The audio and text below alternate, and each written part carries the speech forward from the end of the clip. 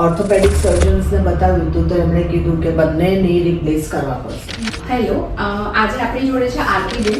એમને લેફ્ટ ની જોઈન્ટમાં પેઇન હતું અને જોડે ડાયાબિટીસ બી હતું.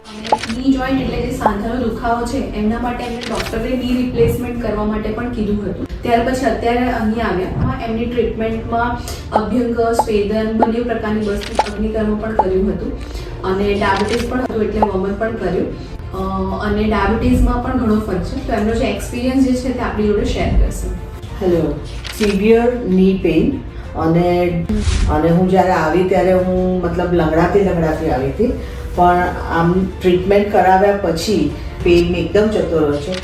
અત્યારે પણ મેં ફરીથી એ જ શું કહીએ ડિટોક્સ માટે કરીને એનાથી પણ મને એટલો ફાયદો થઈ ગયો. મારું થોડું સ્કિનની જે એલર્જીઝ ને એ બધું હતું એ પણ જતું રહ્યું. ઊંઘ પણ સરસ આવે છે. વેન આઈ જોઈન એ ટાઈમે મારું અહીંયા 84 કે એવું કંઈક હતું. એના પછી આટલું એટલીસ્ટ 5 kgનું તો લોસ થયો છે. જે પોઝિટિવ બેસ્ટ વાત એ છે કે પેઇન જરા પણ નથી, ઝીરો પેઇન. હા, શુગરમાં પણ એકદમ ફરક પડી ગયો.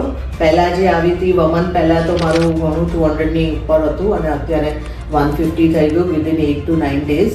Thank you. Thank you.